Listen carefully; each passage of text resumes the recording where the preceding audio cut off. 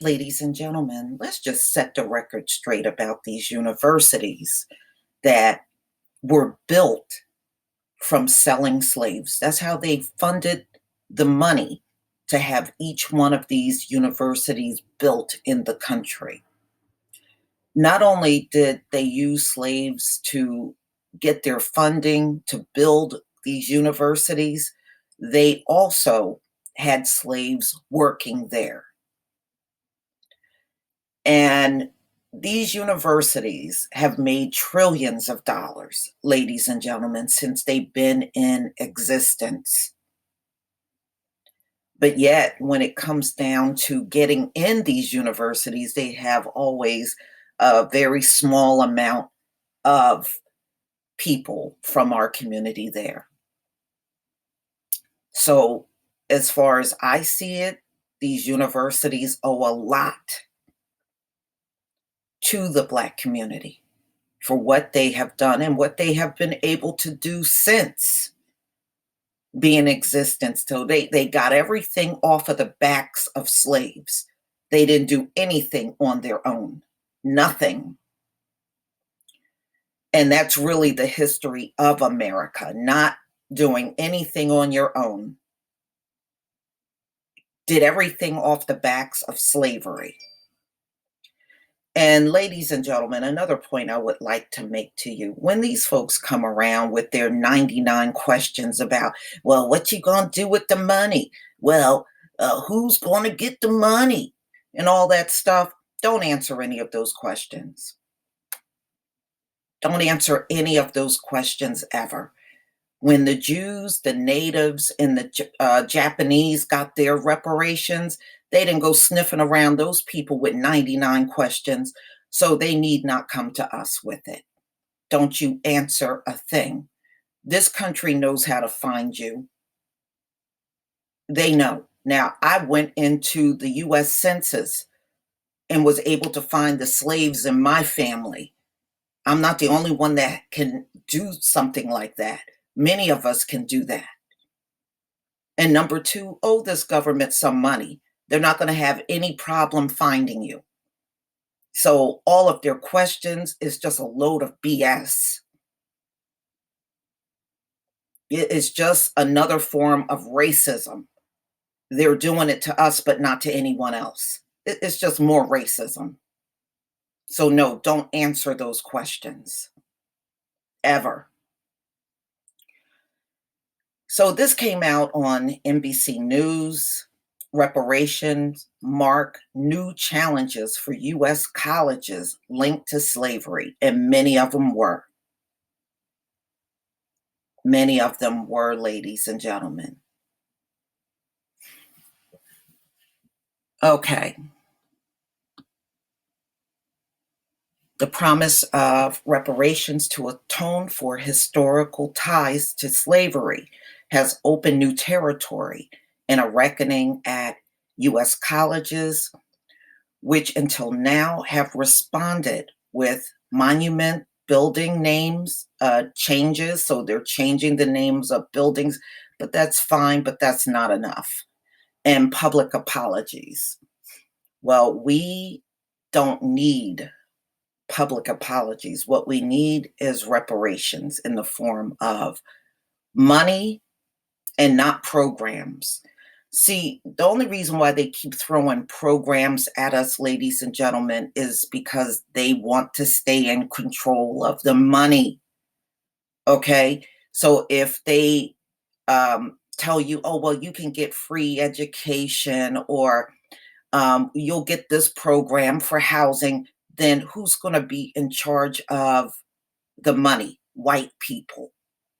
Okay, white people will be in charge of any money that's tied to programs. That's why they want to offer that to you so they could safeguard the money. So, no, we don't want programs. We don't want that. So, ladies and gentlemen, Georgetown University and two theological seminaries have announced funding commitments to benefit descendants of the enslaved people who were sold or toiled to benefit the institutions. While no other schools have gone so far, the advantages that institutions received from the slavery economy, and ladies and gentlemen, that was the only economy that existed in America. Don't let them tell you that slavery didn't do everything. They called it back then the slave economy because everything they were funding back then came directly from slavery. It didn't come from anywhere else. Are receiving new attention as Democratic presidential candidates talk about tax credits and other subsidies that nudge the idea of reparations towards the mainstream. Now, these candidates are still ducking and dodging questions. In fact, I'm going to show you how Joe Biden answered the question on reparations.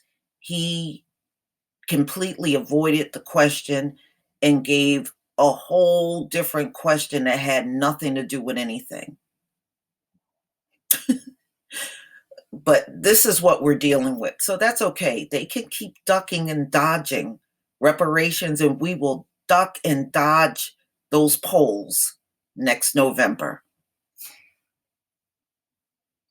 The country has been discussing reparations in one way or another since slavery officially ended in 1865. It did not. Not according to the 13th Amendment. Slavery did not end at all, ladies and gentlemen. It still continues on to this very day. If these folks were really sincere about doing away with slavery, the 13th Amendment would not exist. They threw that up as soon as we left the plantation.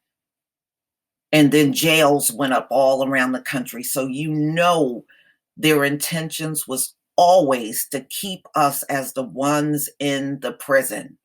It don't take a rocket scientist to figure that out. Okay, so the moment we left the plantation, the 13th Amendment and jails went up all over the place. So you know who the target was always going to be. And them talking, you're the criminals, you're the criminals. No, Captain Obvious, we have always been the target. That's why you put all of that stuff in place, because we were always, from the beginning, the intended target for prison. You still wanted to continue all of the free labor. All right, moving on. This year marked the 400th anniversary of the arrival of the first slave, launching the violence afflicted on Black people to prop up the Southern economy. No, we propped up the economy everywhere in this country. University of Buffalo senior Jeffrey Clinton said he thinks campuses should acknowledge historic ties to slavery, but the federal government should take the lead on an issue that reaches well beyond higher education. Yes, this federal government is the one that upheld everything. All right. And they are largely responsible for the mass incarceration that's going on today, the crack epidemic, and everything in between, from Reconstruction all the way up until now. Ladies and gentlemen, this government is very much responsible. And they chose to look the other way when our people were being lynched. So, no, this government owes so much, it's not even funny. It doesn't have to be trillions of dollars, but at least address the iniquities and attack the racial wealth gap between African Americans and white Americans, and really everybody else, because this is an American made institution. Yes. But no, it is going to have to be trillions in order to cover payment to all of us. So I disagree with you saying it doesn't have to be trillions. It does. We didn't immigrate here, said Clinton, a descendant of slaves who lives in Bay Shore, New York. The majority of Georgetown undergraduates voted in April for a non-binding referendum to pay $27.20 per semester reconciliation contribution towards projects in underprivileged communities that are home to some descendants of 272 slaves who were sold in 1838 to help pay off the school's debts. So, ladies and gentlemen, no, don't let anybody tell you that our labor didn't do a thing. Our labor funded the economy, not only here in America, but all across the globe.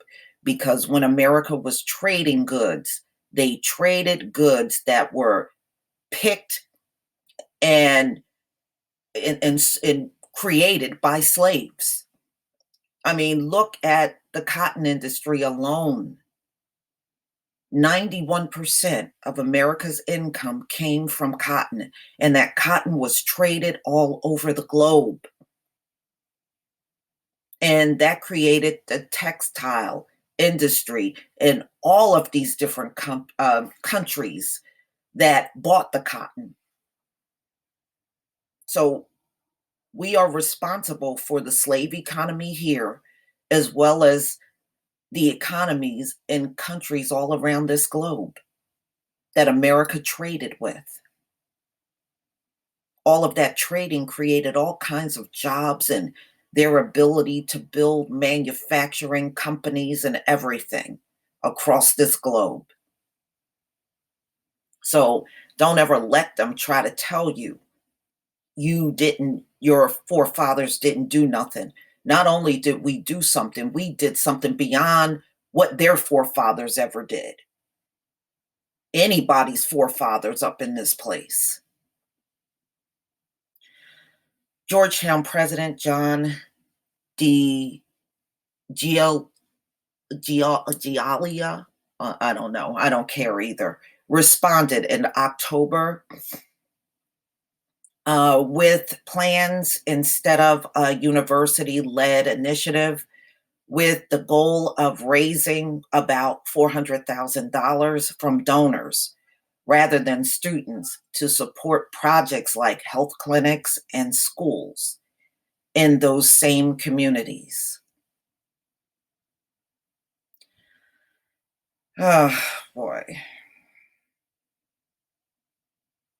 I mean, let me just go on. Elsewhere, discussions of reparations have been raised by individual professors, like at the University of Alabama, or by graduate students and community members, like at the University of Chicago. At least 56 universities have joined a University of Virginia led consortium.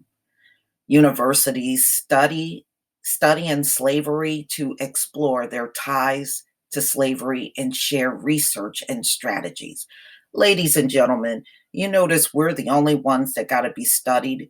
They didn't have to study anything about the Holocaust. They didn't have to study anything about the Native Americans. They didn't have to study anything about the Japanese or anyone that got reparations up in here. But when it comes down to us, they need studies. And I'm telling you, it's just a stall tactic. That's all it is. It's just a stall tactic.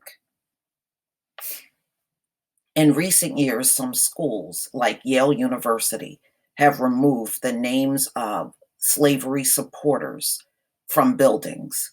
New monuments have gone up elsewhere, including Brown University's slavery memorial sculpture, uh, partially buried ball and chain, and the memorial to enslaved laborers under construction at the University of Virginia. I mean, those things are tiny gestures, but monetary reparations need to be paid. Okay, all these memorials, we don't need a memorial. We need you to pay reparations.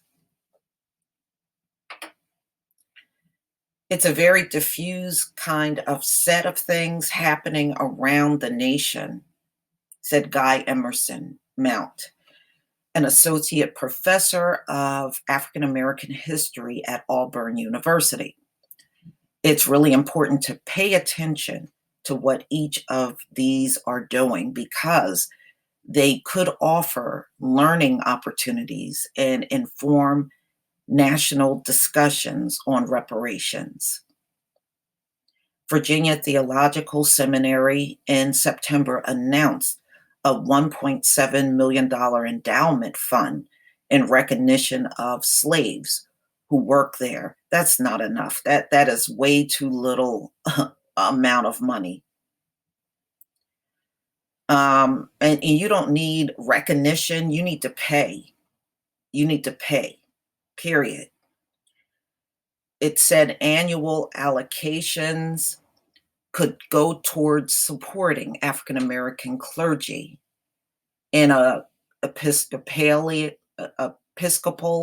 church and programs that promote justice and inclusion.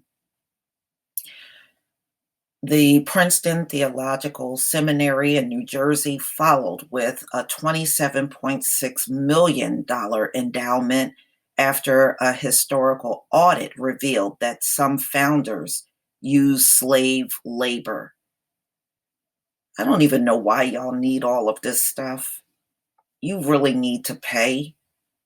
All of these universities around this country, you need to pay.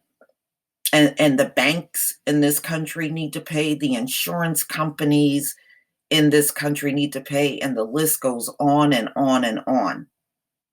There are so many industries that got their beginnings from slavery. All of these food companies, Del Monte and Dole, all of these food canning and everything, because all of those vegetables came from the hands of slaves. It's not even funny, y'all. I mean, this is ridiculous. I mean, these stories are good as far as recognizing that reparations are due, but the way they're squabbling over everything is ridiculous. It's ridiculous because it is clearly racism, the way they are approaching us in a manner that they did not approach anybody else when it came to reparations. Y'all, please tell me what you think of this story. Please leave your comment and subscribe. Don't forget to hit on the notification bell, and I'll see you on the next video. Peace, family.